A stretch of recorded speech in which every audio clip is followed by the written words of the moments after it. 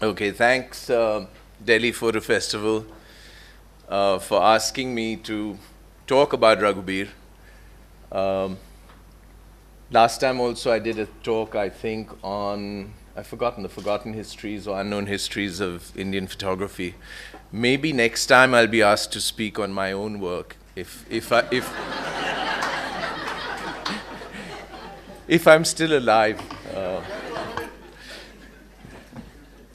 But anyway, since this festival is dedicated to Prabuddha, who died very, very young, Raghubir is another photographer who died relatively young. He was 56. Kishore Parekh was another who died extremely young, long before he should have. There's an odd thing with photographers, actually. I think it's with everybody, but I know some of the histories of photographers a little more. Some tend to die very young like that. There are others like Cartier-Bresson or Manuel Alvarez Bravo. Cartier-Bresson almost lived to 100. Bravo died, I think, when he's 101 or 102. And we have Pranlal Patel in Ahmedabad right now, who I think is 104, 103 or 104, and is still lecturing at NID.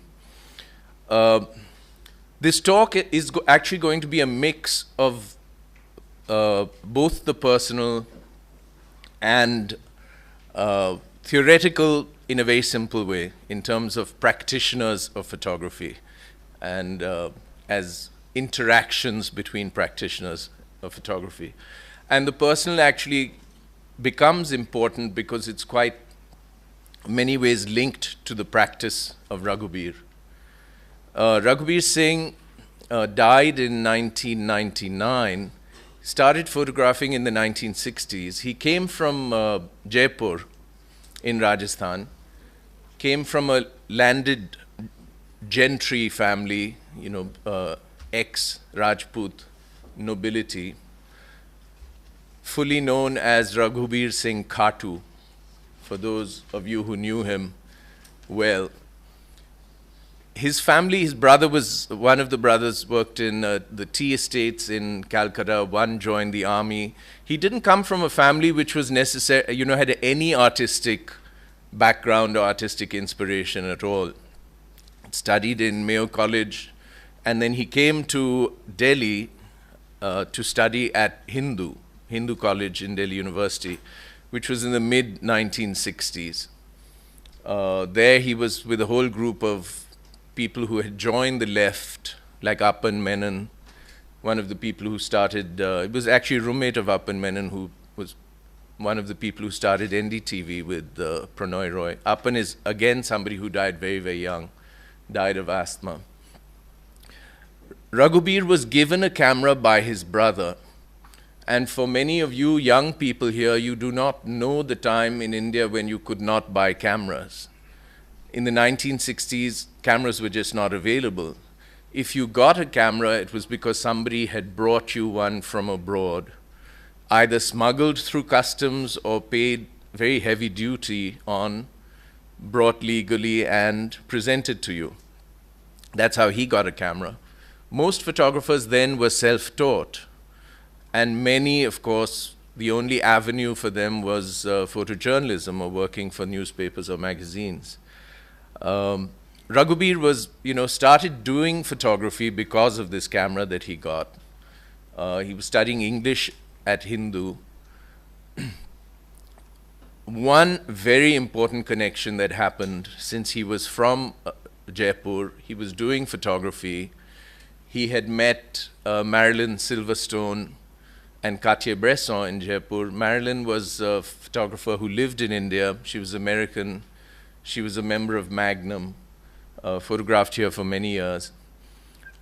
He had started photographing there, and he got an assignment for an art historian from Boston, Stuart Cary Welch.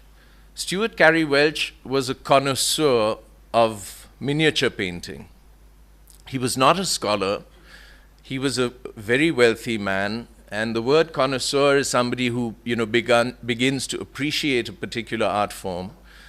Cary was one of these people who had an amazing eye, and very early on had started studying Indian miniature painting, particularly Mughal painting, the Mughal period, and a bit of Rajasthani Kota painting, etc.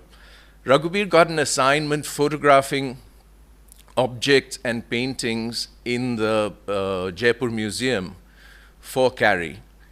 This was a very important connection because this led to a training in art history that very, very few people and almost no photographer would get or had got at that point.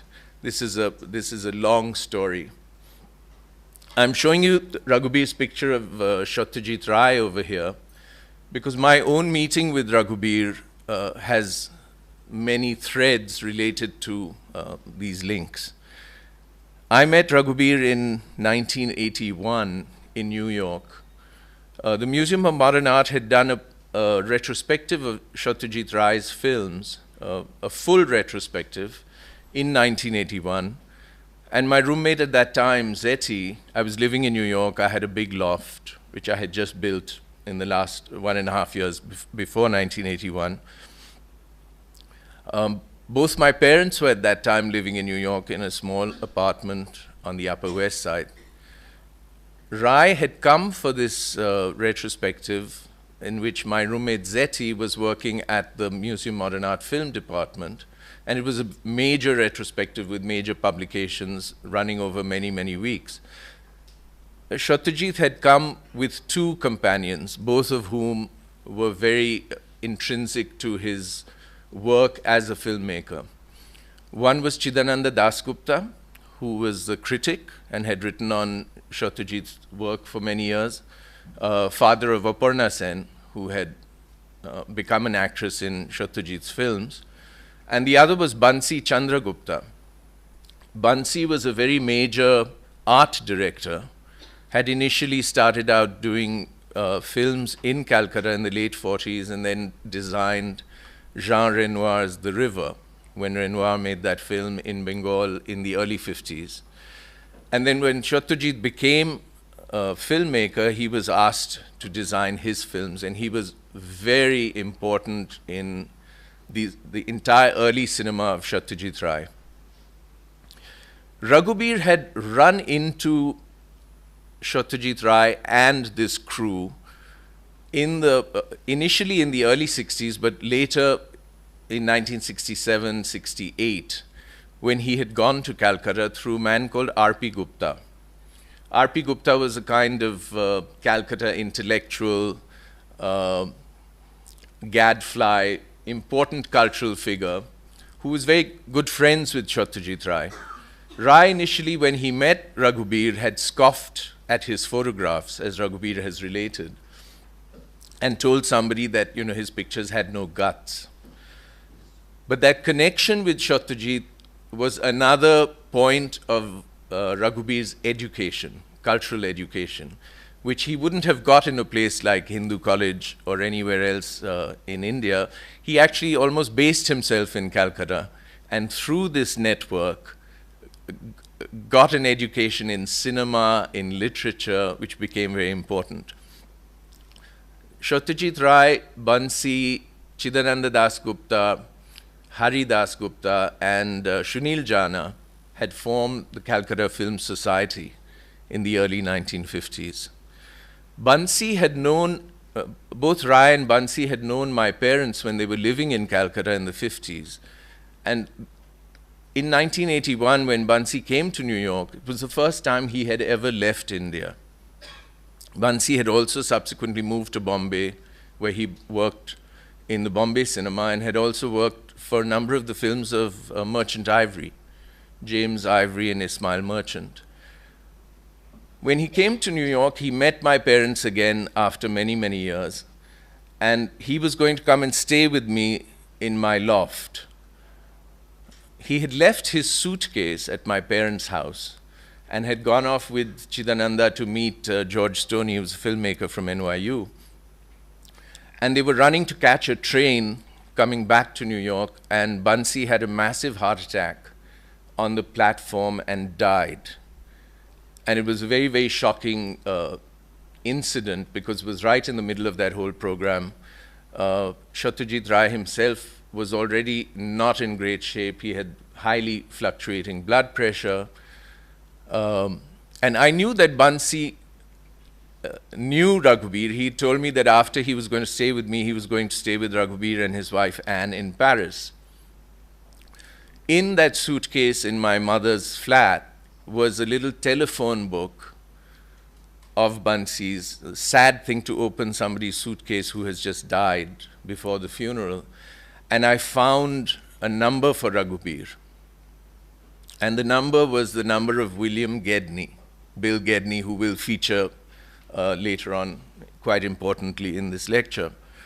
So I called the number and I introduced myself. I said, this is who I am, and I'm sorry, but I have some, rather bad news for you. This is what's happening. We organized a funeral in New York, which was very grim, with the Museum of Modern Art film people. I called up anyone that Bansi would have known, like James Ivory, Ismail Merchant, Mary Ellen Mark, the photographer, because she had done stills for Merchant Ivory and had got to know Bansi through that. It was at that funeral I first met Raghubir, which is a kind of odd place. And then we went for coffee right afterwards, and that's where the relationship started. He was at that time staying with William Gedney.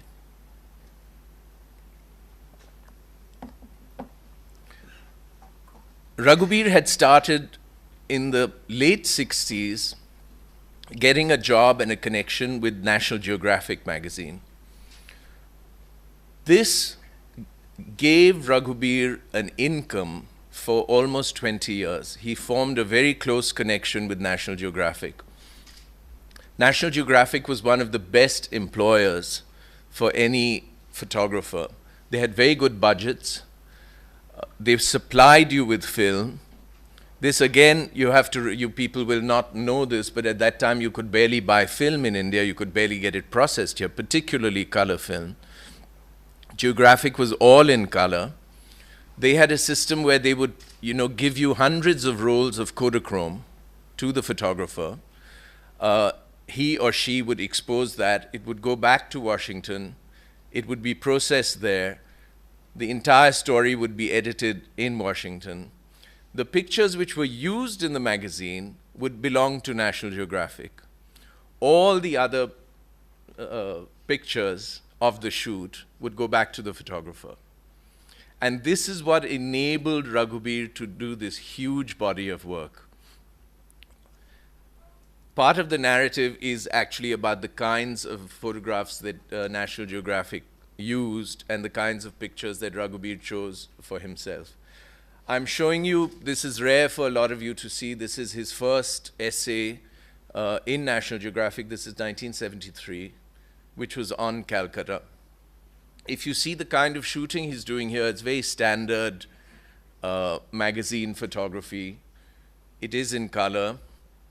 It is, Calcutta, the Victoria Memorial, the rotting noble houses, upper middle class ladies or rich ladies at the races. He's shooting with lenses of different focal lengths, like this. Very standard narrative pictures, the poverty of Calcutta on one level. This, of course, is, remember, for international, primarily American audience.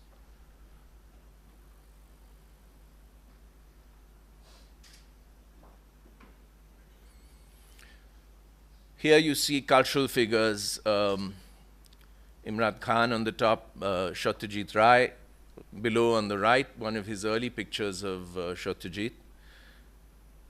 Raghubir had also met Anne de Henning, who was a photographer. They had met in Southeast Asia. Anne was from France. She was French, a very pretty, bouncy blonde, who came from the high bourgeoisie culture of Paris. Lived in a small flat in the 16th arrondissement, which is like the most exclusive, rich area of Paris, though she had a tiny flat. It is also an area of Paris that has no character. There's hardly any street life. It's, filled with apartment buildings of rich people. It's like very cold. It's not an arty part of the city. But what did these two connections of Raghubir, the National Geographic connection and his marriage to Anne, gave him a foot in the West, which was very different from other photographers operating in India at the time.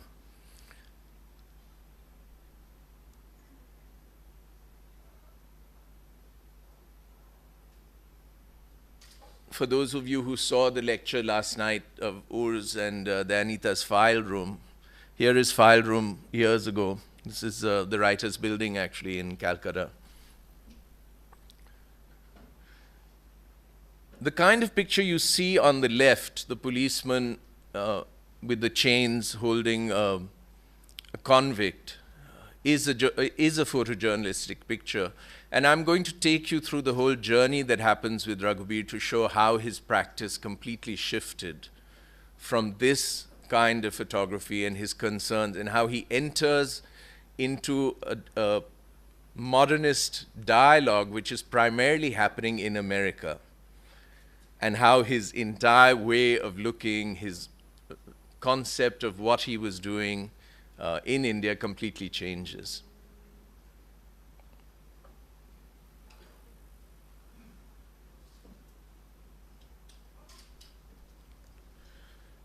This was the cover of his first book, actually his second book, Calcutta, which came out in, turn the light on here. This is 1975. And the preface and essay is by Joseph Lilliveld. Joe Lilliveld was the New York Times correspondent in India at the time. He ended up becoming the editor of the New York Times, and most famous recently for his recent book on Gandhi in South Africa, on which there was a huge halla in India because there was an accusation that he accused Gandhi of having a homosexual relationship with, oh God, what's his name? Kallenbach, Herman Kallenbach, thanks. Which is not quite factual, but you know, there are documents and letters which are rather racy.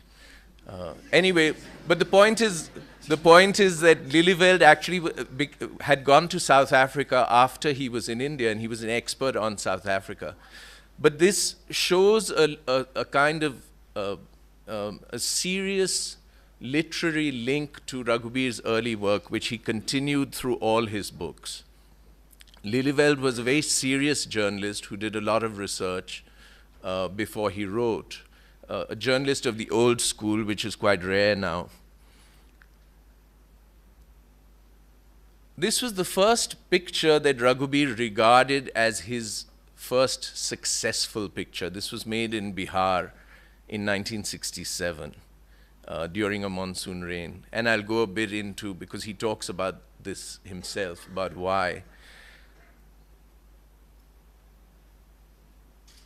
The very first, after the Calcutta book, this is 1981, just before I met him, this book on Rajasthan. This again is outtakes from, all of these initial books are outtakes from his National Geographic work. This was his book on, of course, his own state.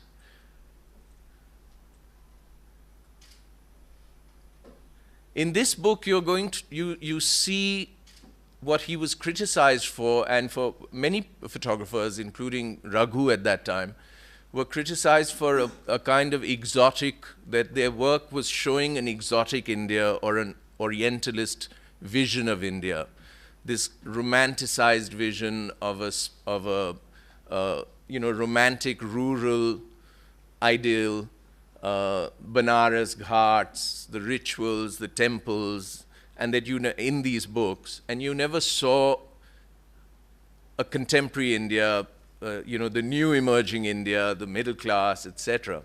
One of the things you have to realize that when these books were being printed in the early 70s of many of these photographers, the only market that existed for an expensive color book like this was the tourist market. None of us, my father was in the government about to retire. None of us could afford books like this. They, cost 2,000 rupees, 2,500 rupees or more at that time, which was a lot of money. So there was not an audience or a market which was an Indian audience, other than very few elite people who could buy these books. So one of the reasons the books had this exotic vision to them was because actually of the market. Times now have changed, but this was in the early 70s.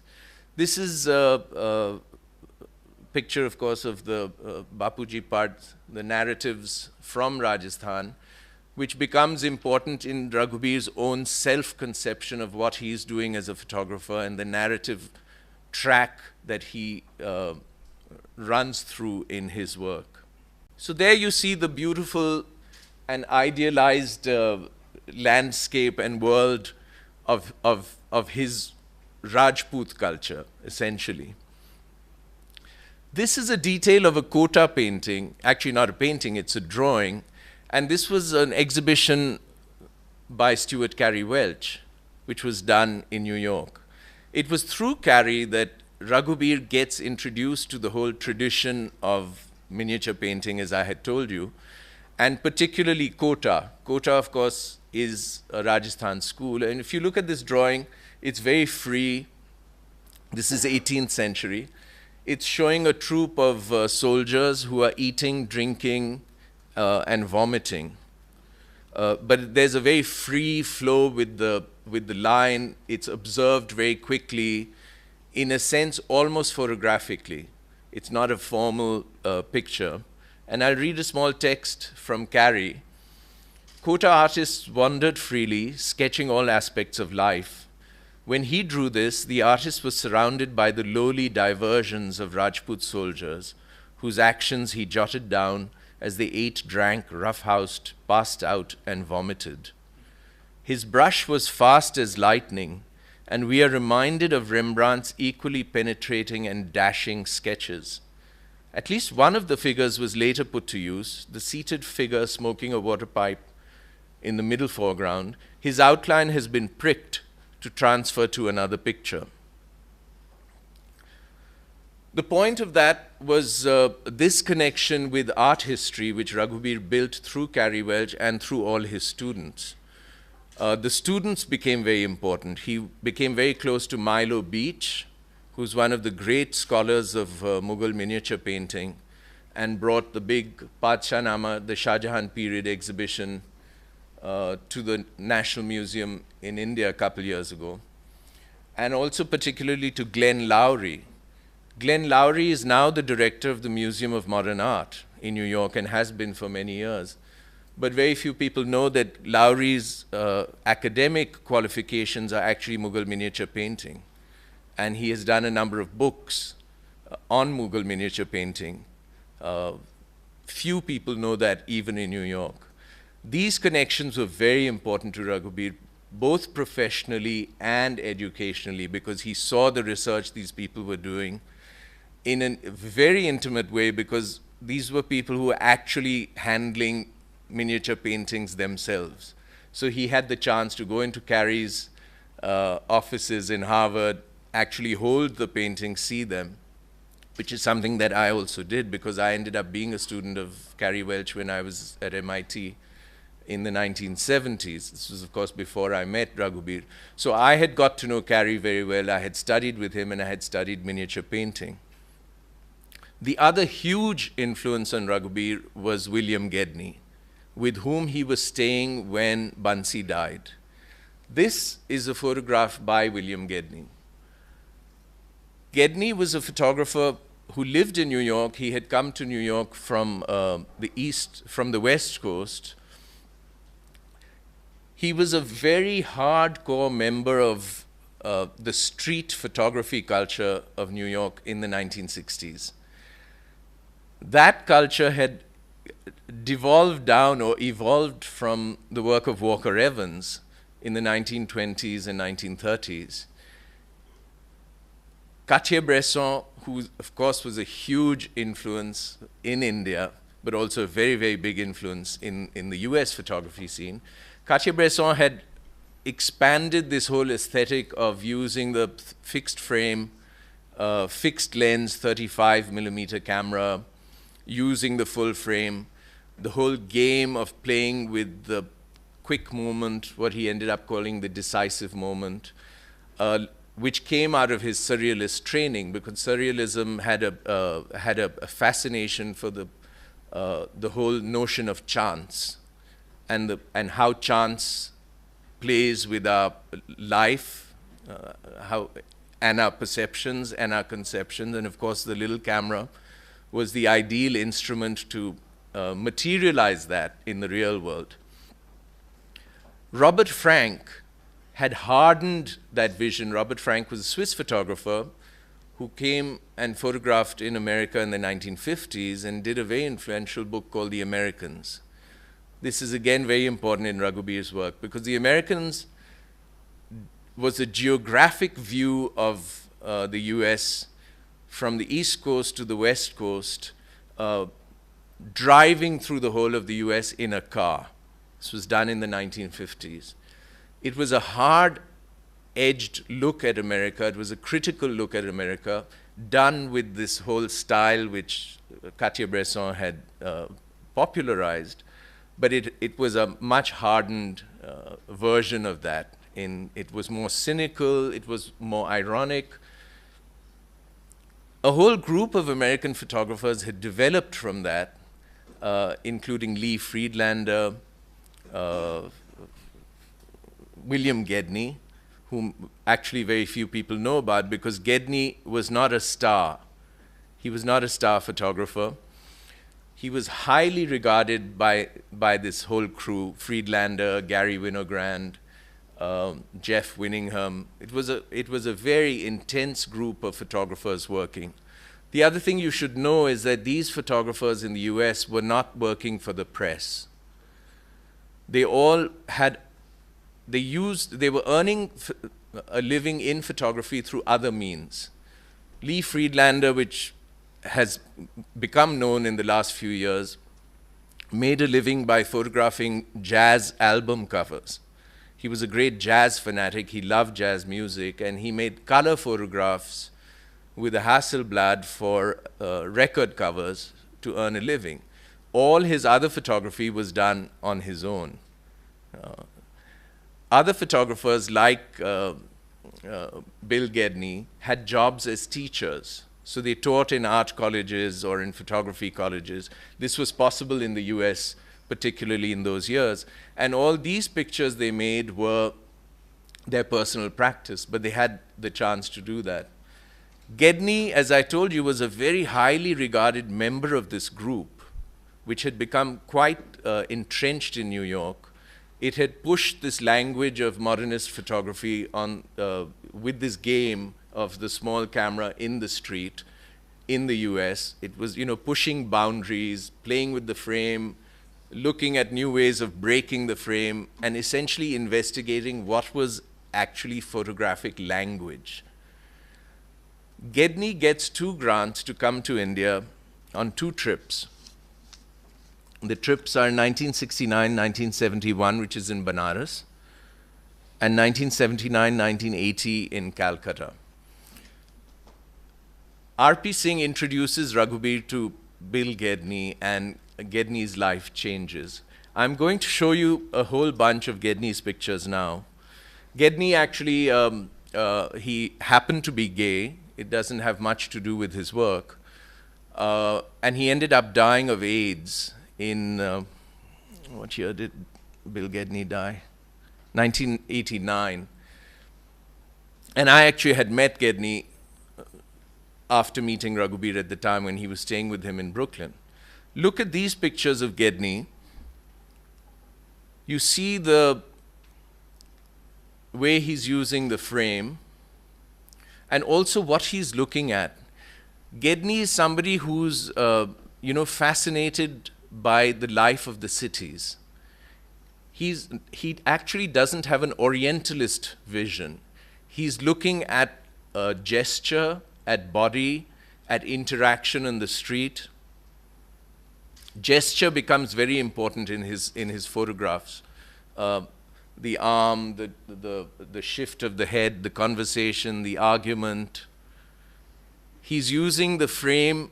He's making complex images which are, very layered, very filled with information, very different from the kind of National Geographic shots that you saw Raghubir doing in 1973. He's also the subject. He's going into middle-class homes and photographing what is happening in those homes.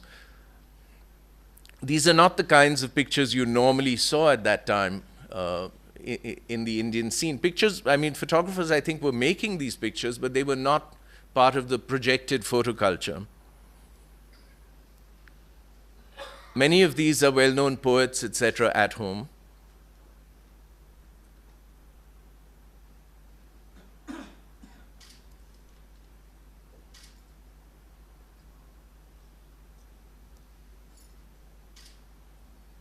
College girls sipping Coke.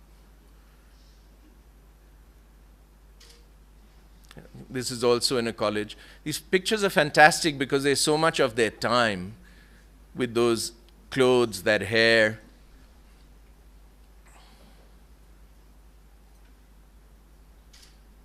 This kind of interaction, street interaction and gesture.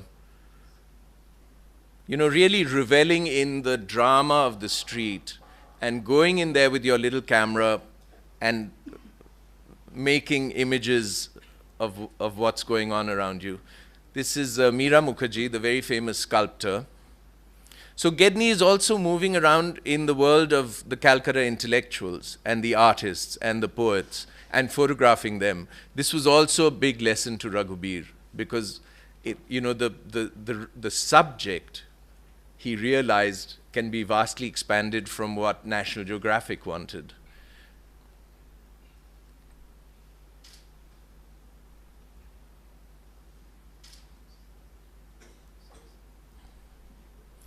These are pictures in Banaras, which for years Raghubir tried to emulate. He could never find. This is during Holi in Banaras, and I've actually never seen pictures like this again. Gedney has a huge bunch of these. These are these drunken men, bunged out of their minds. Literally, he finds these erotic scenes being played out by the men on the streets of Banaras. This man is being stripped naked by his buddies. These are giant phalluses made out of cloth, stuffed cloth, which they wore on the streets at the time. We forget that Holi is actually a spring festival. It's a fertility festival with fertility rites. And at that time, you could see this on the streets of Banaras. And of course, Gedney, being gay was like, he blew his mind and he was fascinated. He said, I can't, believe that, that I'm seeing all this. 1982, I come back to Delhi and I start spending half my time here and half in New York. And Raghubir comes and starts staying with me both here and in New York at that time. This is a very young Raghubir walking into the India Magazine office in Regal Building in 1982. One of the things that Raghubir did, he always kept his hand in publishing in India.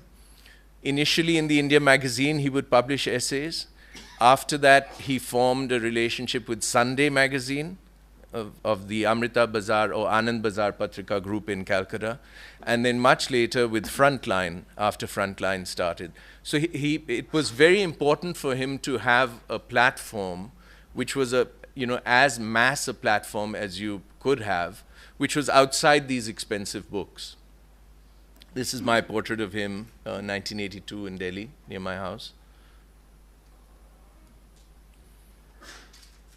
And through William Gedney, Raghubir enters this very hardcore photo scene in New York. This is a picture that I took of him with Lee Friedlander and Anna, Lee's daughter, at his exhibition, at Raghubir's exhibition at Aperture, which used to be on 23rd Street in those days. Through Raghubir, of course, I got to know William Gedney, Friedlander, Tom Roma, who is Lee's son-in-law, very, very closely. That's Zeti, my roommate on the left. That's Michael Hoffman, who is the publisher of Aperture and one of the people who had started the magazine in the mid-1950s when it was initially edited by Minor White. And that's Raghubir. Hoffman, of course, has died since then. And that's in my loft. That's Maria Friedlander Lee, Lois Connor, who was a photographer who had gone to Yale after I had gone to Yale. So Raghubir actually, partly through me, partly through Gedney, had met a generation of New York photographers. Through me, he met Philip Lorca de Courchat, who was in class with me at the time, who also worked in color. They had lots of discussions about color, which I'm going to get into shortly. But his work, PL's work, was very different because he was beginning to do work which was partly constructed and very, very lit. He would start playing with flash in everyday situations, which is quite different from the kind of game that Raghubir was playing, which came out of the Friedlander school. That's Max Kozloff, who, very important critic and historian of photography, but also a photographer himself. And standing in the back, there's Vicky Goldberg, the one in the pants with Raghubir on the left. And on the right happens to be Shashi Tharoor. And if you think that people are looking a bit strange, it's actually a Halloween party. So, but I guess Shashi Tharoor thought that a band gala was a costume. But I'm showing you these pictures because, you know, Raghubir has entered this world of not just the photographers, but also very, very important critics in the US who had started looking at his work extremely seriously. Now, this is a picture by Raghubir of the artist from Los Angeles, John Baldessari, and Anand Sarabhai. This is actually shot in Ahmedabad. But Raghubir's world expanded to artists like Baldessari, who influenced him a lot. I mean, Baldessari also used photography, but in a very different way from very straight photography. Now think back to the William Gedney pictures and look at this. This is how Gedney began, you know, completely entered Raghubir's work, except Raghubir is doing this in color. Very early on, he had decided that color to him was important. Now, in this entire group of photographers, when we would sit down, they would all scoff at Raghubir. You know, that Lee would pull his leg saying, oh my God, you know, why are you doing all this color? You know, why don't you shoot black and white? You know, that's more serious. You can really look at the form more seriously. And Raghubir kept arguing, saying, no, you have to look at color, particularly in India. And I'll read out a little bit from the last book that he did when he was alive was called The River of Color. And the text in that is all of you should read because it's a kind of epitaph in a sense. It lays out his beliefs and his philosophy and why he was doing what he was doing. Some quick quotes. Before colonialism and before photography, Indian artists did not see in black and white, though they made delicate drawings filled in with color. The medium of drawing, as it is known in the West, has never existed in India, neither aesthetically nor technically. India has never had a Leonardo, Rembrandt, or Goya. Even the exquisite drawings of the Mughal court are far different from the drawings of the West in that they are usually heightened with color, or with tan washes known as Neel Kalam. In the 16th century court of Akbar, it was an enormous surprise when Jesuits from Goa presented the Mughal emperor with the royal polyglot Bible packed with engravings. After recovering from their surprise, the emperor and his courtiers and artists must have mentally filled in the stark and dense engravings with color. The great 17th century drawing, Inayat Khan Dying, created for Emperor Jahangir, does not have the dark mood or the light and shade of European masterpieces. That drawing, by the way, belonged to Stuart Cary Welch. It's an amazing drawing. The drawing was a preparation for a painting. Such drawings are found in the ateliers of the artists rather than in princely connections.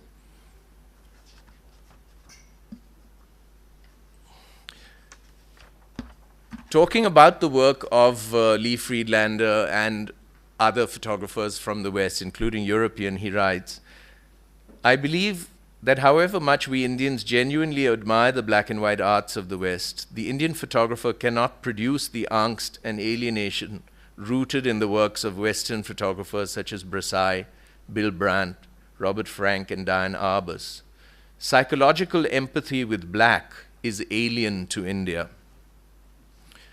Can any Indian seek inspiration in those low-life characters of Stendhal, and particularly Dostoevsky, that inspired Brassai to do Paris by Night and The Secret Paris?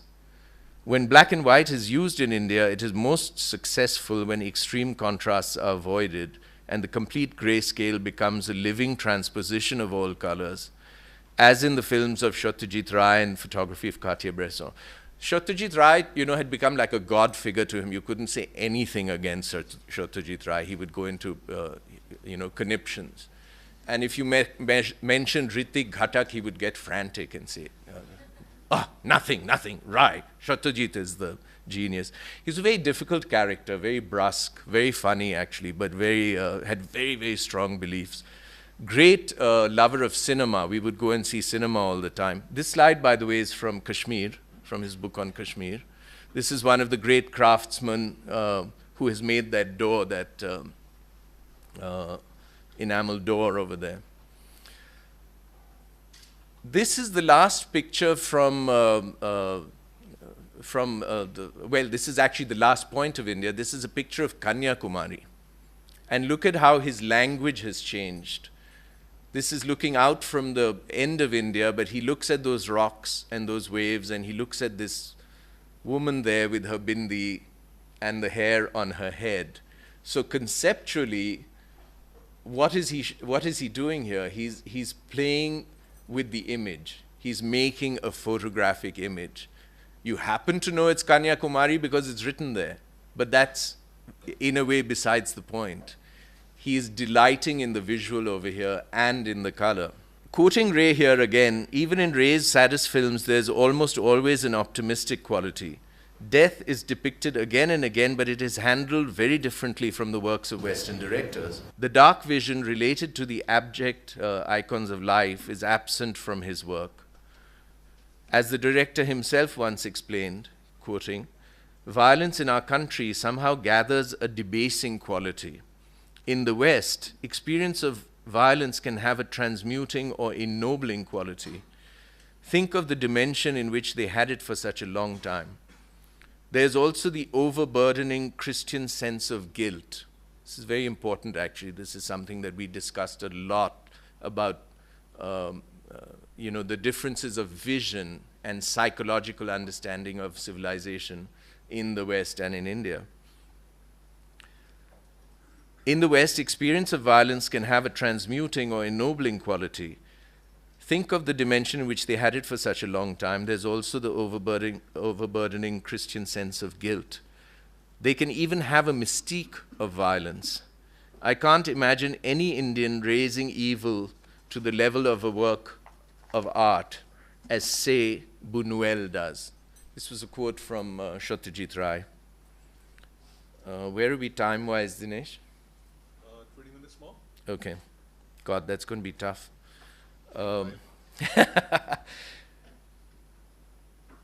Now, I told you about how Robert Frank's The Americans enabled Raghubir to begin thinking of making bodies of work in India which were kind of geographic bodies of work. He looked back into our classical literature. He would be reading Kalidas, translated by Barbara Stoller Miller in New York, reading in English, and reading the descriptions of our geography in the poetry of Kalidas or the dramas of Kalidas about the Himalayas, the rivers. And the books that he did, like this book on the Ganges, for him was this kind of epic journey through our civilization. And it was on many levels. It was through history, because there were traces of history right through that journey from Kailash down to the Bay of Bengal.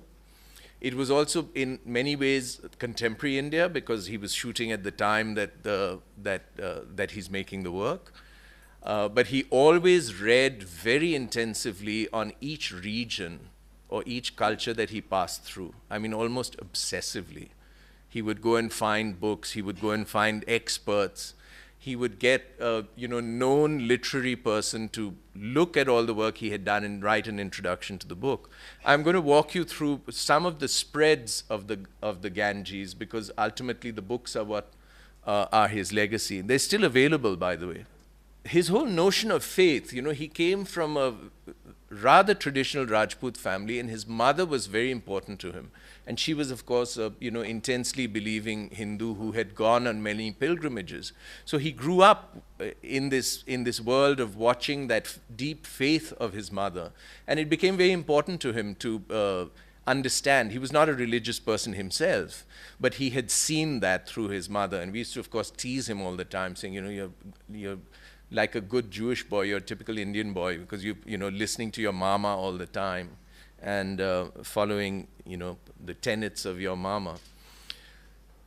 These are some of the beginning images of Kailash. Kailash, of course, is not where the Ganga descends from, but it is conceptually where the Ganga descends from in our mythology, and the abode of Shiva. So he is reading all that mythology. He will refer to the Kailash temple in Ellora in this work, though Ellora is nowhere near the flow of the actual Ganga, but he's looking at it cosmologically also. Tehri Dam on the left, so you see the contemporary very much coming in. Little details like a barber shop. The flow of the river down through UP, through Bihar. This is the Kumbh Mela in 1989, where I went with him. And traveling with Raghubir was always an experience, because he had this geographic money. He could rent ambassador car, which becomes very important. We'll talk about that later. A hotel room. So he said, come with me. I said, I'm actually not interested in the Kumbh. And I have no interest in photographing the Kumbh, but I'll come because it'll be interesting to see. So I went with him. Obsessive, unusually for an Indian, about cleanliness. He would go into the hotel room, he would buy his own buckets, his own mugs, and his own glasses. So when we arrive in Allahabad, first you go to a dukan, you buy buckets, glasses, mugs. Then he buys many bottles of Dettol. And before he let me go into the bathroom, he washed the entire bathroom with Dettol. Water and Dettol. I mean, he was that obsessive. Extremely obsessive about the kind of tea that was made. Had the water been boiled to the right temperature or not. These are two pictures from the Kumbh. And here you're seeing what he started doing when he was able to do it, is using a sync flash in daylight. This was again a technology which had only begun to come in at fairly high-speed shutter. He was using Nikons, where you could sync a flash in daylight. This only happened sometime in the late 70s, early 1980s. But he began using that because he realized it was a tool he could use to avoid the limitations of even Kodachrome, which was quite contrasty, and you would lose detail in the shade. So he was never averse to technological developments, and had he still been alive, I know that he would have plunged wholeheartedly into digital. He would have been astounded at what you can do with digital technology. One of the battles, here you see Sonpur Mela on the left, and on the right is, of course, Mahabalipuram. It's the descent of the Ganges sculpture, which is nowhere near the Ganges, but he's playing these cosmological games of the mythic river in our cosmological understanding in Indian mythology. But that Sonpur picture on the left, you can't see it there because it's too contrasty. There's a dead man lying on the corner. It's a Mahout who's been killed by an elephant that went must. So there are these little quirks, little facts that fill these frames. In reference to the, oh God, that's very contrasty, I'm sorry.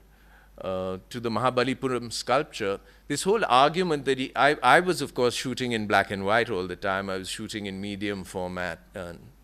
PL, Philip Lorca de Corsha, had pushed me into medium format quite early on by selling me his own camera. I think he needed to get a little money. But anyway, it changed my practice, and actually it was a very, very good decision. But I would argue with Raghubir about sculpture. You know, I think I missed actually the sculptures of Pradosh Dasgupta because I came a bit late in the morning. But I had this argument with him all the time, saying that, you know, the black and white in Indian art is in sculpture. Because you see the sculpture, it's not color. You're looking at form, you're looking at shade, you're looking at volume. There was this constant, you know, back and forth about, you know, we don't have the looking in black and white, but actually we do, because not all that sculpture was painted. Some of it was, particularly South Indian temples, but not all Indian sculpture. Certainly the bronzes, etc., were never painted. So this was a running battle which was never resolved. In Ganga, you get a very strange picture like this. This is totally within the vocabulary of what is happening with modernist photography, particularly in America. What is this picture about? It's not, you know, you see the river there, you see the boats, you see this railing in this very awkward cutting of the frame. You see that man's arm with a watch and the shirt. It's a completely modernist visual construct. It happens to be the Ganga because it's in the middle of the book. But here he's playing with his form completely.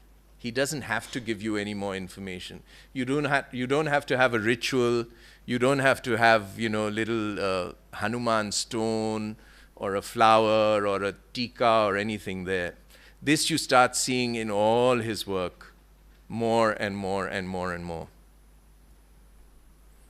Even the pictures of the ghats, particularly in the later Banaras book, you get this formal playing, as you see on the left, with the frame being broken, structured, the play of figure. What you begin to miss is that very first picture I showed you from Rajasthan, the villager with the turban, that straight shot of the direct portrait, that starts exiting more and more from Raghubir's work. His work starts to become more about the larger picture and less about the individual. And in a sense, there's a certain coolness that comes in, which is actually a coolness very much reflecting from what's happening with American photography at that time too. So what he talks about, that alienation, in some way actually is entering his work. But he ends the Ganga book with quite a moving picture, which is of this Muslim in the Bay of Bengal in Bangladesh doing his namaz and bowing to Mecca. And this just shows the kind of, you know, poetic vision that Raghubir had,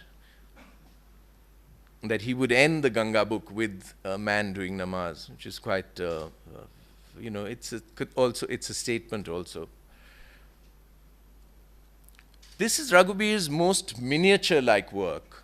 And we had discussed this. This is the Sonpur Mela. He happens to be on an elephant shooting down, so the frame of the picture has this flattened quality like the miniatures.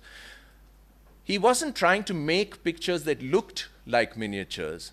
He was just taking lessons from the painters, you know, how the painters who had made those paintings had looked at the world, their contemporary world at the time they were making those paintings, and how could he apply those lessons to his work now, particularly with color, because color was such a...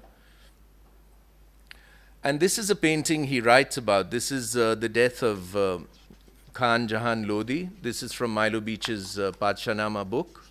Not Milo Beach, it's actually a book commissioned by Shah Jahan, but presented to us by Milo.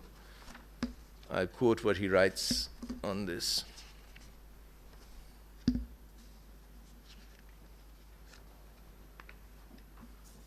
If I find it. But he basically talks about the fact that if you look at this picture, it's a very gory picture of these heads being cut off after the soldiers have been killed in the battle just outside Delhi. picture painted in great detail. So every feather, every detail of the clothing, of the shoes is painted. But right above the cut heads, right in the center of the frame, you've got this extremely luscious landscape. You have these beautiful flowers, what looks like a small chinar tree. There's a lyricism, and he said that, European painter, I would argue with that a little bit, because you do in the Renaissance get some paintings like this in Europe. But his whole argument was that this sensuality, even of the death, and the sensuality of color was so much intrinsic to us and to our... that initial criticism of Raghubir, having this Orientalist vision, not just him, but a number of photographers in those early days, actually starts to shift, and is, you can argue that it doesn't really hold water, because more and more of his books on Benares, on Calcutta, and particularly Bombay, you see the upper classes, you see the middle class entering. This is in the Ripon Club, and it happens to be Keku Gandhi and Khurshid and Keku's brother, who ran Kemold Gallery in Bombay, sitting, lounging in the Ripon Club. So this is, a social document of what is happening in different classes, different parts of the city, different communities. Many of you have probably seen Suni Tarporwala's exhibition on the Parsis. Many of those figures actually feature in Raghubir's work also. This is a dinner party birthday in, he doesn't define it as such, he just calls it, but this is in the architect Charles Correa's house in Bombay. So this is a kind of, picture that, that certainly Westerners had not seen of Indian life, or were not used to seeing. Khila Chand Mansion, a music soiree also in Bombay. Dharavi. Now look at how he makes a picture of this slum. It's looking at that ladder, the charpai, the electric wires, the clothes hanging, this wire frame on this side, almost as an arte povera sculpture. He's looking at a slum. It's this tough life. They're poor people. You see the people there. He's using a flash here again, filling in the dark spaces with a flash. But he's really looking at the almost modernist sculptural quality of what is before him. And if any of you are familiar with arte povera, you'll connect with it right away of what he's doing here. Portraits, Sultan Khan. Again, it's a portrait of, different levels of Bombay society. This whole question of, application of modernist principles as a contemporary Indian artist is something that really engaged him, and something that he struggled with all the time, of how, though I come from Rajasthan, I'm a Rajput, but I'm also fascinated by modernist practice in the West. But how do I can't apply it blindly and make pictures that look like pictures made by either Brassai or Friedlander or Philip Lorca de Corsia, but I can apply some of those lessons of form and of approach to subject, etc., in my own context. But I have to internalize that somehow. This is a struggle which he writes about quite extensively. So these, there are little jokes here of this probably fruit seller coming into a home with this poster of Giacometti on the wall. Harshad Mehta, I think he went to jail, didn't he, at some point? Street scene with Gandhi with this amazing halo of the snake. I think this is shot maybe in Tamil Nadu. Again, you see that breaking of the frame, which is coming out of works of Friedlander, completely, of putting a light pole in the middle, slashing the frame. Completely atypical to 1973, what he would have done. And trying to emulate William Gedney. This is his Gedney in color. This was a different aspect of Raghubir. This is actually, I'm sorry, these are made from color Xeroxes. I couldn't find these slides. This was Raghubir when he's staying with me. I take the Sehmat Hum Sab Ayodhya exhibition to New York. It's premiered in Columbia. There's a symposium, which you see me there sitting in my very thin self in those days, second from the left. But there was an RSS attack during this symposium. The audience was filled with RSS members, and there was this huge ruckus, and they actually started storming the podium, and this is happening in New York City. And the incredible thing happened is that Raghubir, instead of photographing, this is just before it happens, he picks up his Nikon and starts hitting these people on their head. You know, the Nikon it's quite a sturdy camera. And we're all sitting there looking astonished, roughly at this height, and from where you guys are. And there he's prancing around like, you know, the whole ruckus happens in the audience, and the campus police has to come in. So, you know, he was very secular in that sense, and he had this, you know, he was very against this kind. These are all pictures from that incident. This is one of those guys. In the back, you see the Hum Sab Ayodhya exhibition. He had actually helped me mount this all in the loft with spray glue, etc. This book, which is a second or third printing, The River of Color, became his kind of epitaph.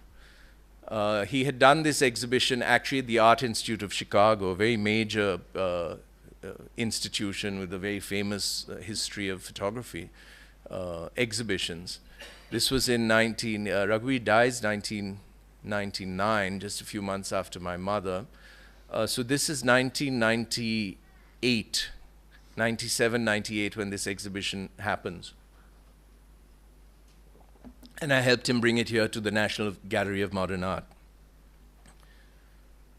Here you see how he divides that book. These are the chapters. What he does here is he takes his entire body of work and he culls from that. He's kind of looking back at his work. He writes a big essay, which all of you should read, because it's really a statement about this struggle of a photographer or an artist struggling with this issue of modernism and local identity and local form making. And he separates this into these chapters, each of which begins with a quote from somebody. This is a quote from Cartier-Bresson. So in the act of living becomes that chapter section and those pictures. This is a quote from, this is talking about the geography of India. This is from Nirad Chaudhary.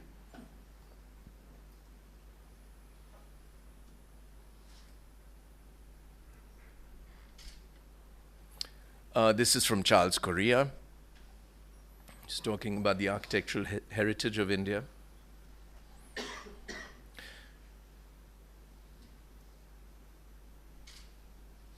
Now, this is a picture. We were talking about this, you know, the arguments on sculpture.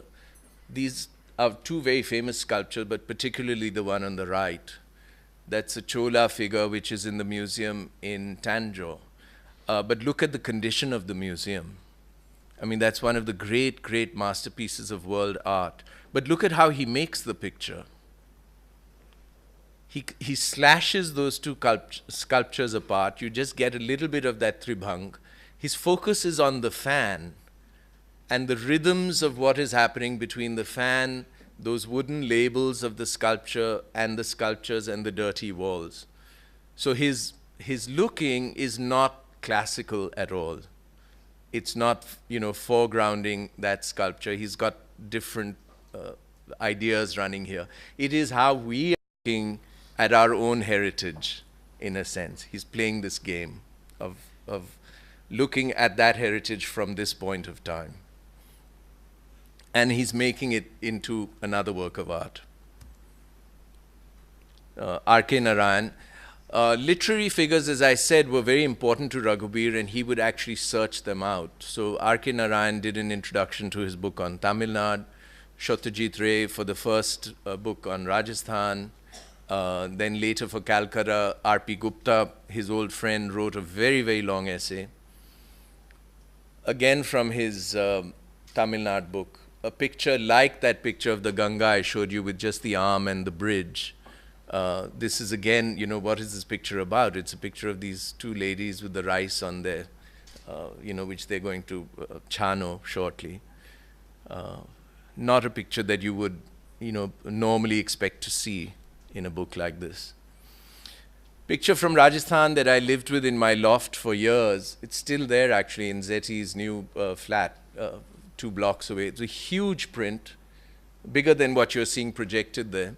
And it ended up in my loft because he needed a place to store it. It had been made, print had been made for some exhibition from a 35 mm Kodachrome slide.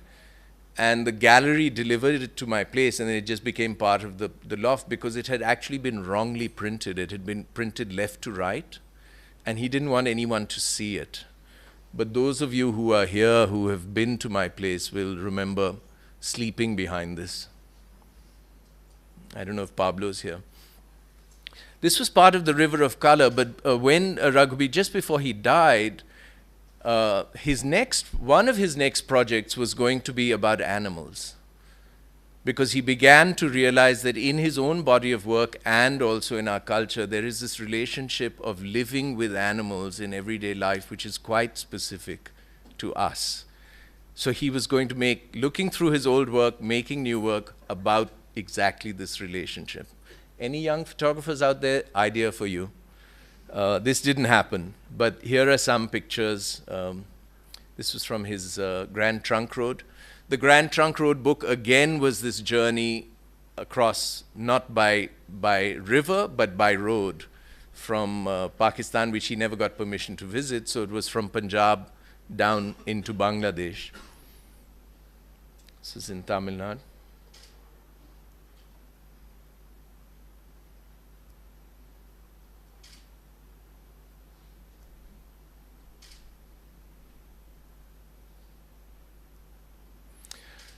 Robert Frank and that important The Americans. This was the car that Frank drove across the US in. And I happened to know somebody who was in that car with him, who's a very close friend of my mother's, Diana Ward, who was a friend of Robert Frank's wife at that time, who was a sculptor. Also Robert Frank. And I'm using these to introduce the last book that came out after Raghubir died, which he had actually been working on before, and a lot of which he edited in my loft, was A Way Through India. Hiring those ambassador taxis all those years with National Geographic money, he was shooting on the street, on the road all the time, and he suddenly began to realize that the car itself had in a way become a metaphor for that kind of journey, that geographic journey, the history, the cultural journey he was making in his work. So he put together this book, which was all looking at India through the ambassador. And of course, it was very symbolic, because the ambassador is this ancient technology which was totally outmoded in the West. It was being made by the Birlas, supported by the Indian state, who were buying all these cars, in this peculiar, phase of India when we hadn't yet opened out as an economy to the new economy, when you've got all these, now of course Lamborghinis and Audis and BMWs and even Rolls-Royce entering here. So the car became in many ways a metaphor for India's economy and India's aspirations, India's culture at the time.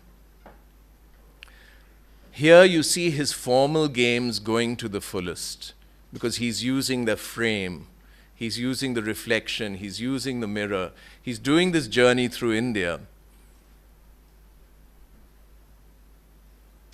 A very strange picture, I mean, if you see it you can't see the detail, it's too high contrast there, but what is this picture about? It's really about color and about form.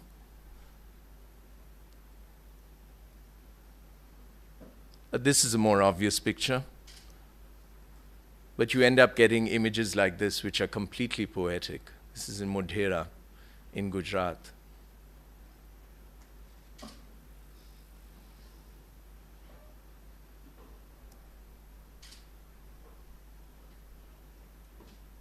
Actually, the ambassador is quite like an elephant. This was in the factory in Calcutta.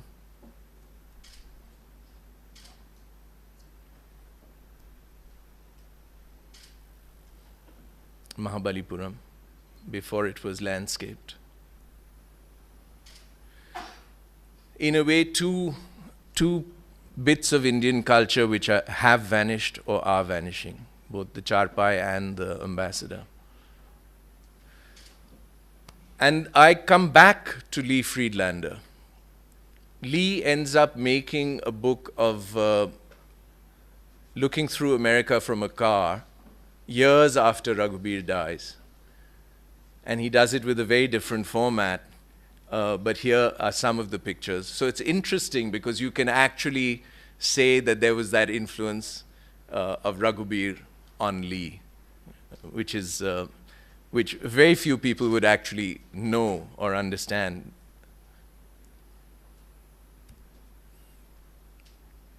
And I'm going to end there.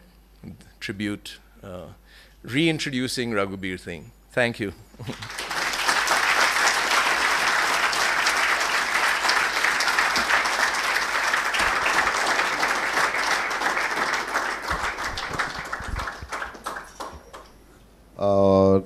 Since you knew him so well, what was his opinions on other Indian photographers? Well, I can tell you his opinions on your work. Yeah. That I know. Pablo actually never forgave me because many years ago he was coming home. Those are the days of slides and slide projectors. Pablo was going to come and show some, I think you were going to show your Naga work at home in Delhi. And there was a small dinner. My dad was alive then, remember? My dad used to drive Raghubir crazy because he would keep calling him Raghu Rai. and you know, people think that I'm wicked and naughty, etc. But you know, Pablo knew my dad well. So if you knew my dad, you'd realize that I'm a sort of 20% version of what my dad was. Well, other photographers, you know, one can't be too discreet. But the thing is that, you know, any criticism that Raghubir made was actually about work and about form. So it wasn't necessarily about people. Sometimes it was. I mean, sometimes it was colored by you know, I mean, all artists are like that. There are jealousies and rivalries, etc. You wouldn't be an artist if you didn't have that. And the photographers certainly are not as bad as singers, dancers, and actors, you know, because they are more physically expressive. And I've lived with all of them, so I know.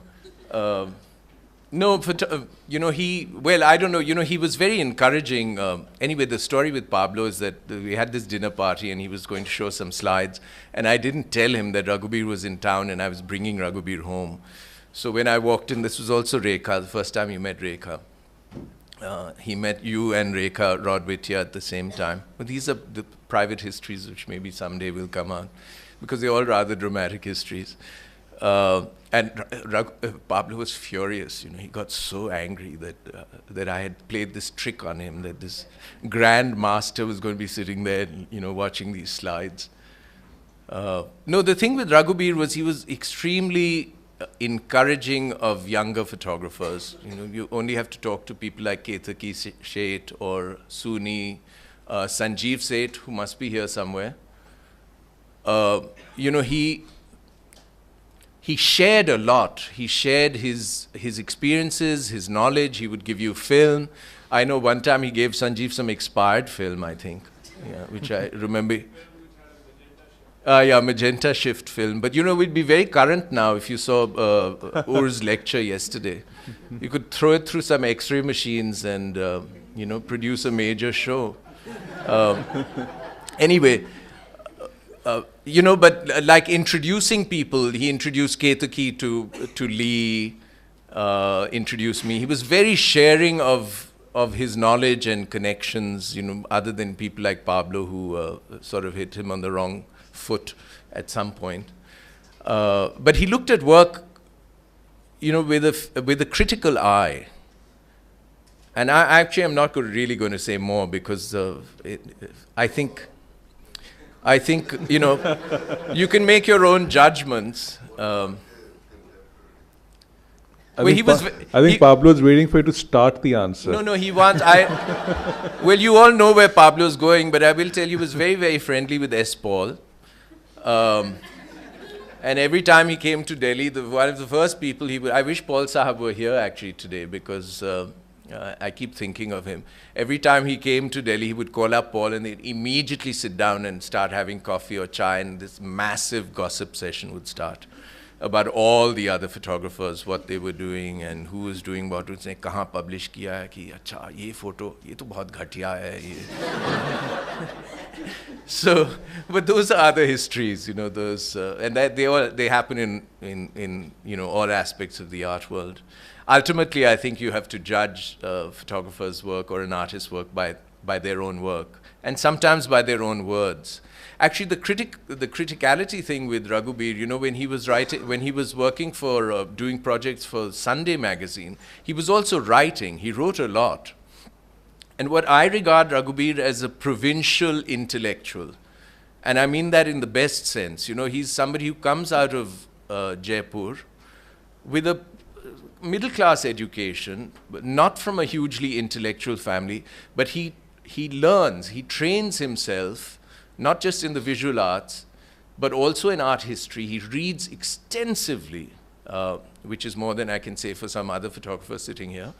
I won't take names.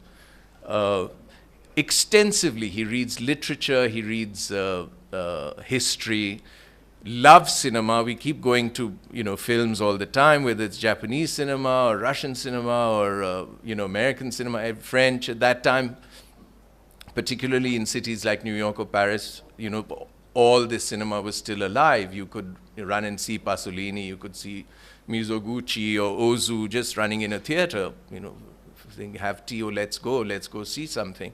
So he was very fascinated by cinema. So all of this informed his work, but some of the writing that he did in Sunday, he had this bugbear. He would write pieces on cultural issues, and he had a great bugbear on Hussain. He was very anti-Hussain for some odd reason, which was a running battle we had, because I was very close to Hussain. And he would keep writing these very nasty pieces about Hussain, seeing Hussain as sort of a sarkari artist, you know, what is he doing, third-rate painter, ye kaisa ghatiya line banata hai, etc. But he would write all this, and it would be published in Sunday. And I kept telling him, I said that, okay, maybe you have an opinion, but why write it? Why, you know, denigrate the old man? I said there are things about, which is odd because, you know, in many ways, Hussein's grappling with mythology and Indian culture and modernism is massive. I mean, in a way, it's no different a project from what Raghubir sees himself as embarked on. But he just had this bugbear about Hussain. But at the same time, when Hussein's was attacked in his house in Bombay, I was in New York, and we organized a protest outside the Grey Art Gallery in New York against the attack. Raghubir was the first person to show up and stand there in the rain with Amitav Ghosh, Shashi Tharoor, you know, any of the artists, Meera Nair, etc. We all got together on the steps of NYU, and he would, you know, he stood there. He came and he signed the protest. He spoke. So, you know, these are odd personality traits. So now that you got part of the answer, the next question, please. Mahen and Ketki back in Bombay, and I think towards the end he got very close to Mahendra Singh, for all of you who may not know him. He was, I think, in the process of, I think this book, somehow these images already, you know, were in his head that he's going to make it into a book. And for me it was very interesting because it was around the same time, the late 90s, late 90s when he died in 99. Right, so 99 is, and I was working on the ad campaign for Ambassador. So for me it was like, you know, what's happening here? And I do remember that these set of pictures already existed as a dummy, which he had shown. Yeah. He had already made the dummy. And it was, the irony was the Birla Group, which probably saw that they didn't. They hated it. Yeah, they didn't like it, and they didn't show the car in great light. And here was an incredible body of work, which, and the irony is that, it was just overlooked by the makers of the car. Well, it was ahead of its time. Yeah, and I felt so stupid. I said, I'm shooting an ad campaign for this. And I think now Lekha Podar would have bought all the prints, Exactly. But she hadn't started the Devi Foundation then. Yeah. And there was another incident with, when Mahin and Raghubir were talking, and I was, of course, always a fly on the wall towards the end. And the curiosity of his exposures, if anyone ever thought how difficult it was to expose on transparency film at that time. And I used to always be very curious, coming back from, ICP, and always, how did he do it? So I kind of very gingerly once asked him, Raghubir, the exposures, man. I wouldn't talk technique because the images were so great. So I said, was there any time where you used a light meter? And he would say, light meter? Parekh, what do you mean light meter? So I said, no, because exposure is so incredible. No, camera meter, I have an FA, it's great. Sometimes I shoot on auto, I shoot on program.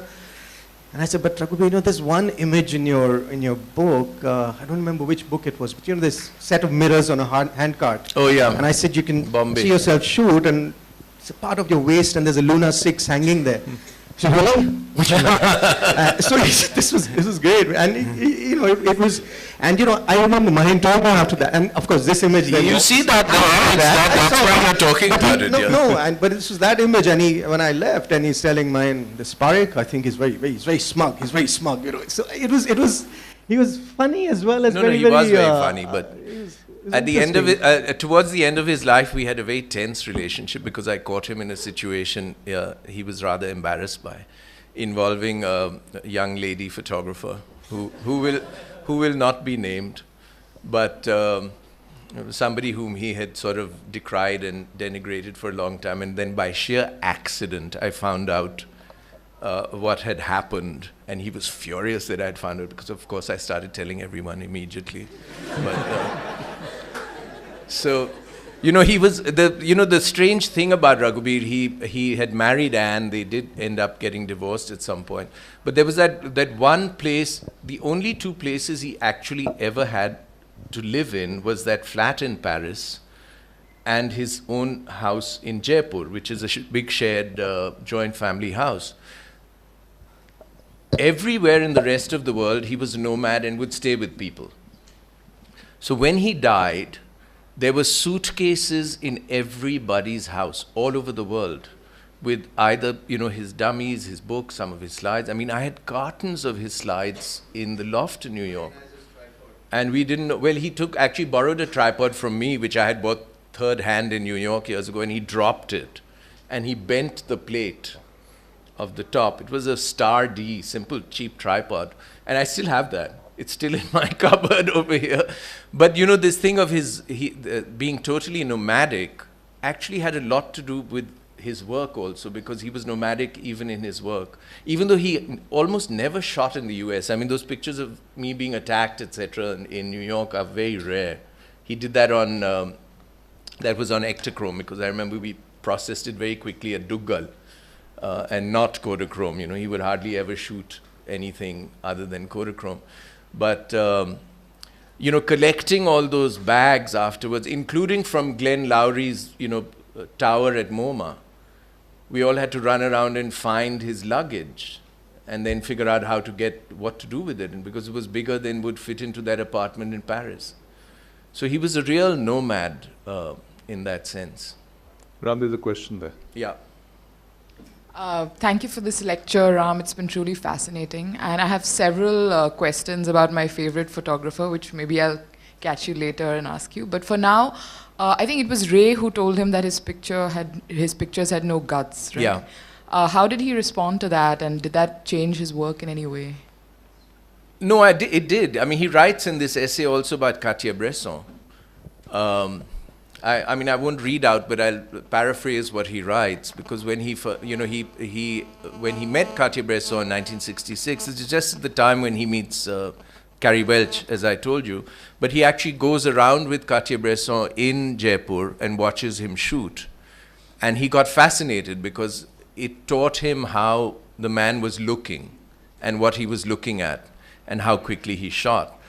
When he first took his two-color books. After he marries Anne, he moves to Paris. He goes to meet Cartier-Bresson, Martin Frank, in Paris with the two books. And he writes here that he, gave Cartier-Bresson the book, who opens them, this is his Ganga and Calcutta, the first books. I showed you the cover of one of the first books, which are vertical format like that. And, yeah, you have those. Yeah, they're collector's items, by the way. They're worth hundreds of dollars now. Yeah. Well, it's worth thousands of dollars now. Even I don't have them. And he writes that Cartier-Bresson, sort of frowned and flipped through them very quickly and handed them to Martin. And he said it made him very tense. And it made him, that reaction made him redo the two books later on. So he was very conscious of that, and also conscious of Satyajit's comments, which were relayed to him way back then. But of course, he then became very close to Satyajit, and they had a very intense creative relationship where he would really look through his pictures in quite great detail and critique them for Raghubir, etc., which he did actually with a lot of people. He would show his work. He would take the opinion of someone like Lee, or certainly Bill Gedney. He dedicates one of his books to Bill Gedney. And when Gedney died, by the way, he had this incredible collection of photography books, which he used to buy in the Strand in New York. They were all bequeathed to Chitrabhanu in Calcutta, Father Gaston Roberge. The books and his cameras, but the books is like 800 books, which I guess are still in Calcutta. And Lee and Maria ended up being the executors of that estate, and Raghubir and I helped them get the books there. I think the US State Department had helped at that time. So he took this criticism quite, and even things that I said, I remember, when he would sort of frown and be gruff, but it would circle in his head. And he would figure it out creatively. So he wasn't somebody who would reject anything you said immediately, particularly if he had regard for you. If he had no regard for you, that was different. But if he respected somebody's work, he would really listen to what they had to say. Ram, there's a question from Sanjeev there. Yeah, you've already answered partly the question I was about to ask, which was that I sensed in my conversations with him over several years that he was embarrassed about his first two books. And about the time when I actually reviewed his first Banaras and his second Calcutta book, I asked him once, that you've already done Calcutta and this is another one.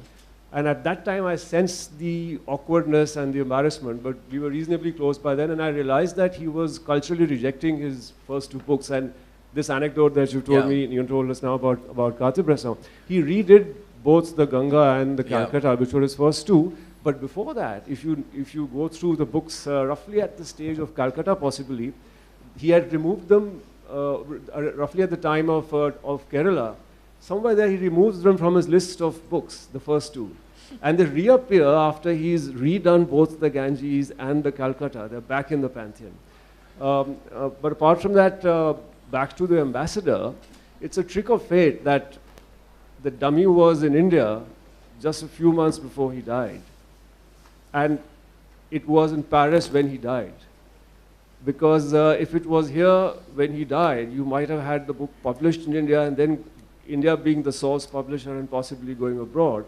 What actually ended up happening was that it was in Paris and it got published abroad by Phaidon, and it never got published here. It came through Roli Books. Were you going to do it? Well, were you publishing at that time? No.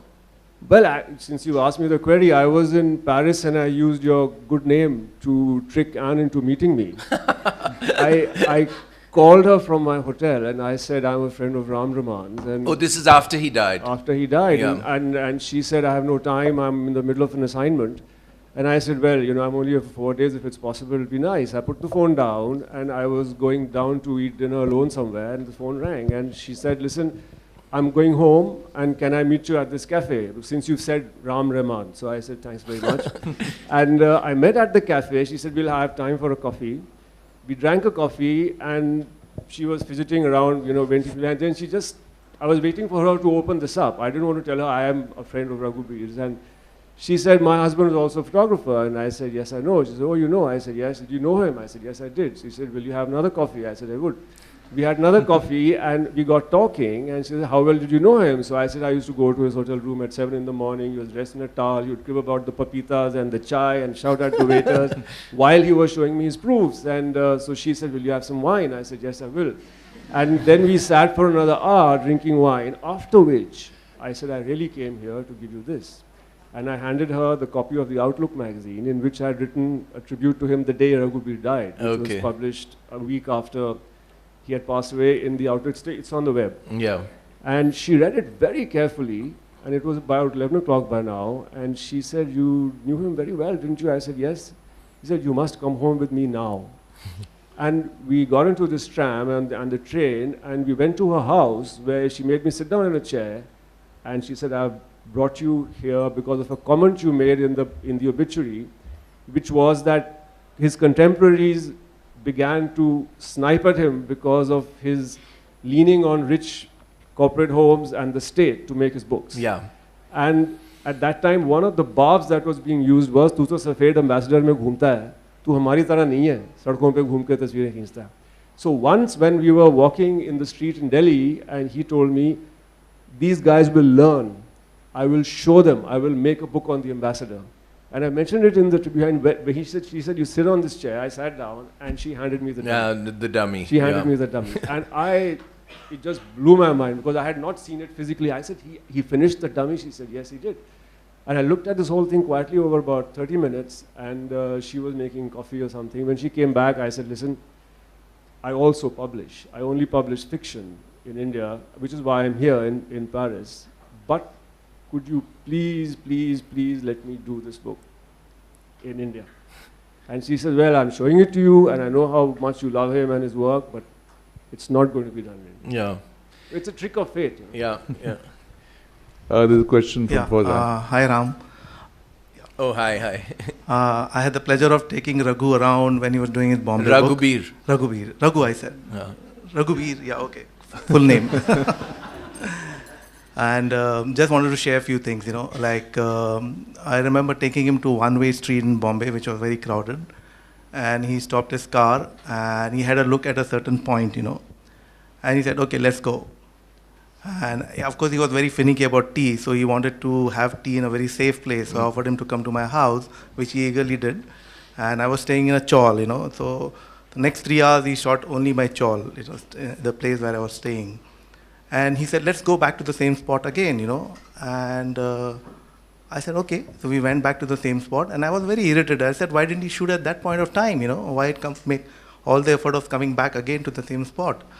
And he smiled and said, well, I'm shooting color, and the light was not right, you know. I was waiting for the right light. Yeah, he was so finicky about the right light because we were shooting color. And in those days, we were only shooting black and white, so we had no notion about how color plays in the light.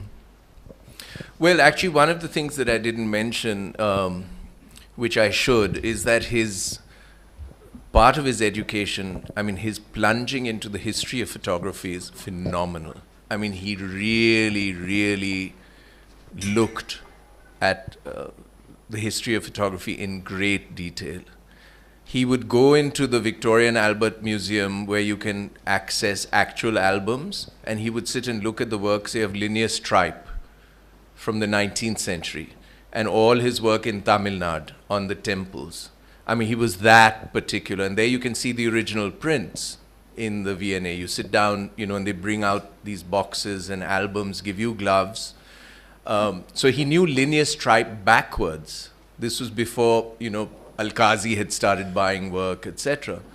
And a lot of his work, you have to be very aware, is referencing that history.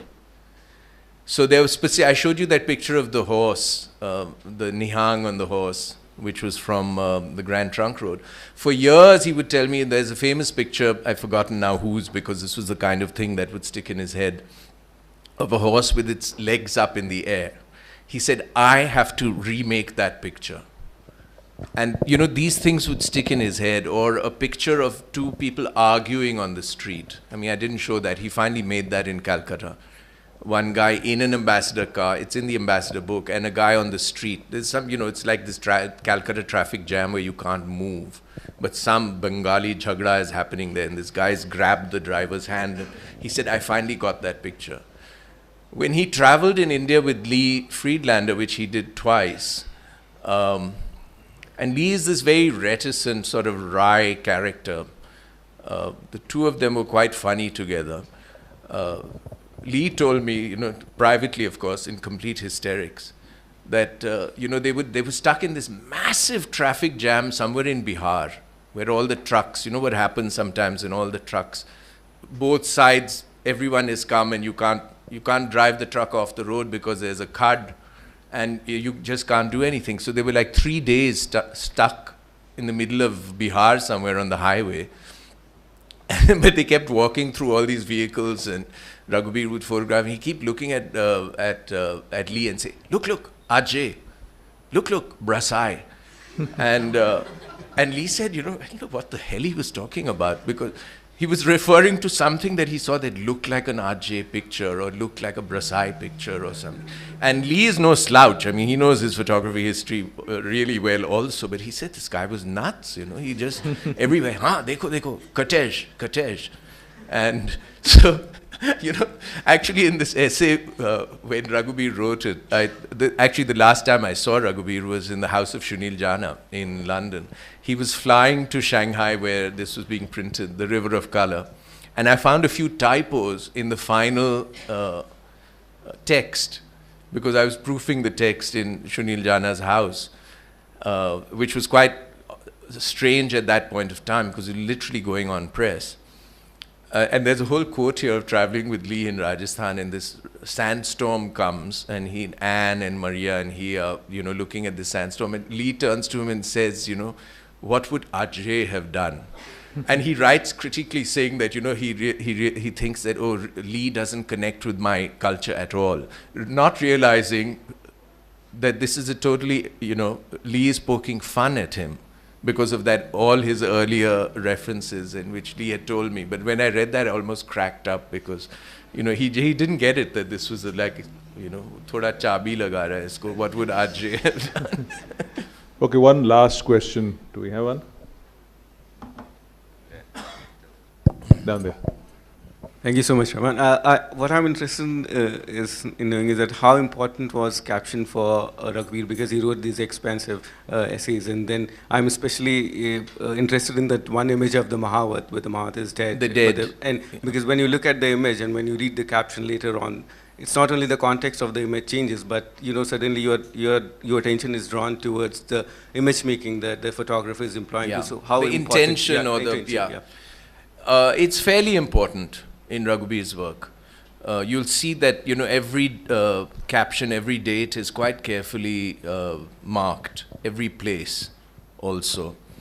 A lot of it relates to the text, because, you know, for instance, that picture, but even architecturally, because if you see, you know, like the Chola bronzes, the picture that I showed, he will write about Chola sculpture in the text. Now, it's not necessarily in reference to that particular picture, but you realize that, you know, there's a connect between what he's writing about and why he's writing about it. Why is the Chola bronze important in his looking at that particular part of India and that particular culture? And you see that photograph. So there's, you know, there are these references which are quite strong in all the work. Or even, you know, Sher Shah Suri's architecture, which is quite remarkable.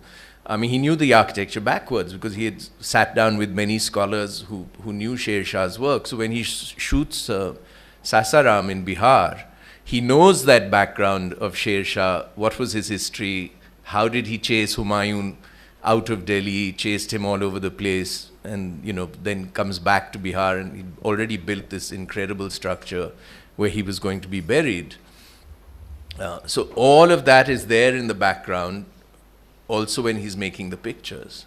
So there is, you know, there is there is an information going on. It's not many, like you were saying, going back to that site in Bombay when the light is right.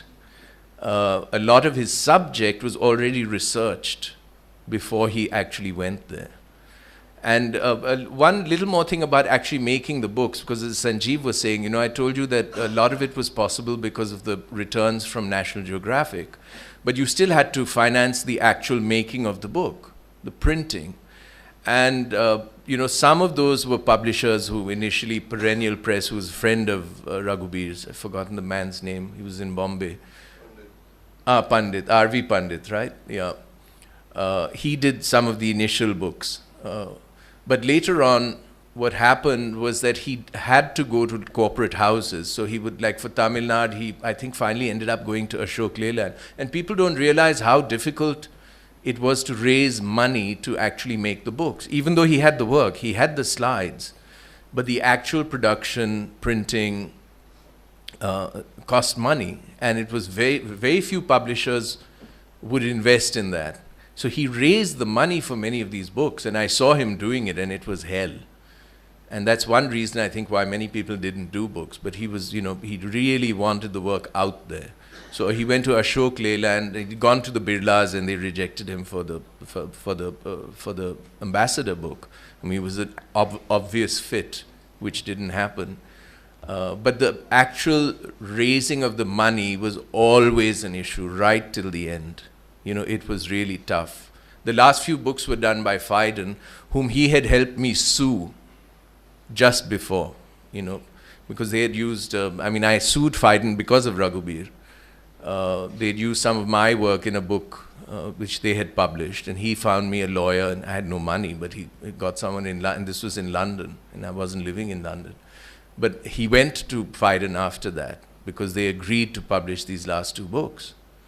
And Aperture, the fights he had with Michael Hoffman, who's a big crook, well-known crook. They were all tough. So actually making those books was not easy. I'm sorry I'll have to close the session, even though Ram is the most anecdotal photographer you can ever come across. We do have a session starting at 2 o'clock. I think we only have half an hour between then and now. So thank you very much, Ram. Thank you, everyone.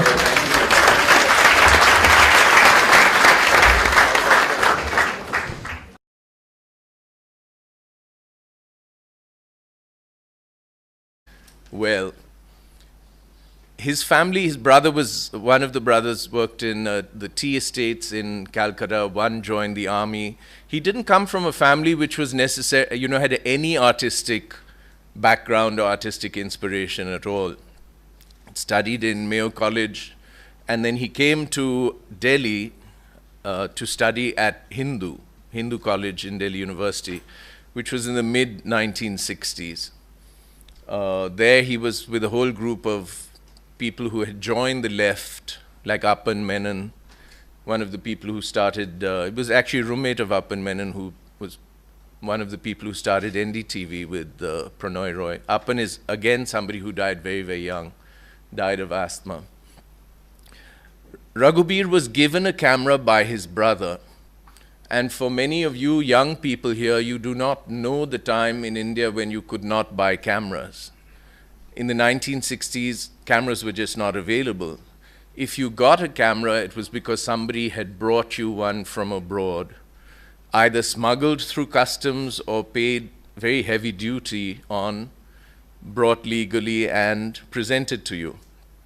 That's how he got a camera. Most photographers then were self-taught. And many, of course, the only avenue for them was photojournalism or working for newspapers or magazines. Raghubir was, started doing photography because of this camera that he got. He was studying English at Hindu. One very important connection that happened, since he was from Jaipur, he was doing photography. He had met Marilyn Silverstone and Cartier-Bresson in Jaipur. Marilyn was a photographer who lived in India. She was American. She was a member of Magnum, photographed here for many years. he had started photographing there, and he got an assignment for an art historian from Boston, Stuart Carey Welch. Stuart Carey Welch was a connoisseur of miniature painting. He was not a scholar. He was a very wealthy man, and the word connoisseur is somebody who river, when Renoir made that film in Bengal in the early 50s. And then when Satyajit became a filmmaker, he was asked to design his films, and he was very important in the entire early cinema of Satyajit Ray. Raghubir had run into Satyajit Ray and this crew initially in the early 60s, but later in 1967-68, when he had gone to Calcutta through a man called R.P. Gupta. R.P. Gupta was a kind of Calcutta intellectual, gadfly, important cultural figure who was very good friends with Satyajit Ray. Ray initially, when he met Raghubir, had scoffed at his photographs, as Raghubir has related, and told somebody that, you know, his pictures had no guts. But that connection with Satyajit was another point of Raghubir's education, cultural education, which he wouldn't have got in a place like Hindu College or anywhere else in India. He actually almost based himself in Calcutta, and through this network got an education in cinema, in literature, which became very important. Satyajit Ray, Bansi, Chidananda Das Gupta, Hari Das Gupta, and Sunil Jana had formed the Calcutta Film Society in the early 1950s. Bansi had known, both Ray and Bansi had known my parents when they were living in Calcutta in the 50s. And in 1981, when Bansi came to New York, it was the first time he had ever left India. Bansi had also subsequently moved to Bombay, where he worked in the Bombay cinema and had also worked for a number of the films of Merchant Ivory, James Ivory and Ismail Merchant. When he came to New York, he met my parents again after many, many years, and he was going to come and stay with me in my loft. He had left his suitcase at my parents' house and had gone off with Chidananda to meet George Stoney, who was a filmmaker from NYU. And they were running to catch a train coming back to New York, and Bansi had a massive heart attack on the platform and died. And it was a very, very shocking incident, because it was right in the middle of that whole program. Satyajit Ray himself was already not in great shape. He had highly fluctuating blood pressure. And I knew that Bansi knew Raghubir. He told me that after he was going to stay with me, he was going to stay with Raghubir and his wife Anne in Paris. In that suitcase in my mother's flat was a little telephone book of Bansi's. A sad thing to open somebody's suitcase who has just died before the funeral. And I found a number for Raghubir. And the number was the number of William Gedney, Bill Gedney, who will feature later on, quite importantly, in this lecture. So I called the number and I introduced myself. I said, this is who I am, and this is, I'm sorry, but I have some, rather bad news for you. This is what's happening. We organized a funeral in New York, which was very grim, with the Museum of Modern Art film people. I called up anyone that Bansi would have known, like James Ivory, Ismail Merchant, Mary Ellen Mark, the photographer, because she had done stills for Merchant Ivory and had got to know Bansi through that. It was at that funeral I first met Raghubir, which is a kind of odd place. And then we went for coffee right afterwards, and that's where the relationship started. He was at that time staying with William Gedney.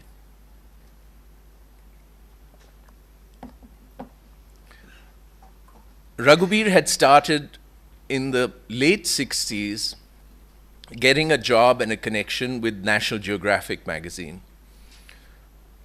This gave Raghubir an income for almost 20 years. He formed a very close connection with National Geographic. National Geographic was one of the best employers for any photographer. They had very good budgets. They've supplied you with film. This again, you people will not know this, but at that time you could barely buy film in India. You could barely get it processed.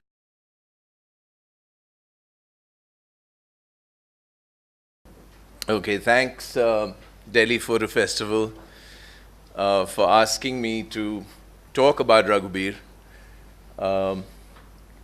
Last time also I did a talk, I think, on, I've forgotten, the forgotten histories or unknown histories of Indian photography. Maybe next time I'll be asked to speak on my own work, if I'm still alive. But anyway, you know, since this festival is dedicated to Prabuddha, who died very, very young, Raghubir is another photographer who died relatively young. He was 56. Kishore Parekh was another who died extremely young, long before he should have. There's an odd thing with photographers, actually. I think it's with everybody, but I know some of the histories of photographers a little more. Some tend to die very young like that. There are others like Cartier-Bresson or Manuel Alvarez Bravo. Cartier-Bresson almost lived to 100. Bravo died, I think, when he's 101 or 102. And we have Pranlal Patel in Ahmedabad right now, who I think is 104, 103 or 104, and is still lecturing at NID. This talk is actually going to be a mix of both the personal and theoretical in a very simple way in terms of practitioners of photography and as interactions between practitioners of photography. And the personal actually becomes important because it's quite many ways linked to the practice of Raghubir. Raghubir Singh died in 1999, started photographing in the 1960s. He came from Jaipur in Rajasthan, came from a landed gentry family, you know, ex-Rajput nobility, fully known as Raghubir Singh Khatu. For those of you who knew him, you know, begins to appreciate a particular art form. Carey was one of these people who had an amazing eye and very early on had started studying Indian miniature painting, particularly Mughal painting, the Mughal period, and a bit of Rajasthani Kota painting, etc. Raghubir got an assignment photographing objects and paintings in the Jaipur Museum for Carey. This was a very important connection because this led to a training in art history that very, very few people and almost no photographer would get or had got at that point. This is a long story. I'm showing you Raghubir's picture of Satyajit Ray over here because my own meeting with Raghubir has many threads related to these links.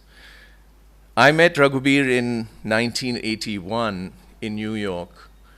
The Museum of Modern Art had done a retrospective of Satyajit Ray's films, a full retrospective in 1981. And my roommate at that time, Zeti, I was living in New York. I had a big loft, which I had just built in the last 1.5 years before 1981. Both my parents were at that time living in New York in a small apartment on the Upper West Side. Rai had come for this retrospective in which my roommate Zeti was working at the Museum of Modern Art Film Department, and it was a major retrospective with major publications running over many, many weeks. Satyajit had come with 2 companions, both of whom were very intrinsic to his work as a filmmaker. One was Chidananda Dasgupta, who was the critic and had written on Satyajit's work for many years, father of Aparna Sen, who had become an actress in Satyajit's films. And the other was Bansi Chandragupta. Bansi was a very major art director, had initially started out doing films in Calcutta in the late 40s and then designed Jean Renoir's The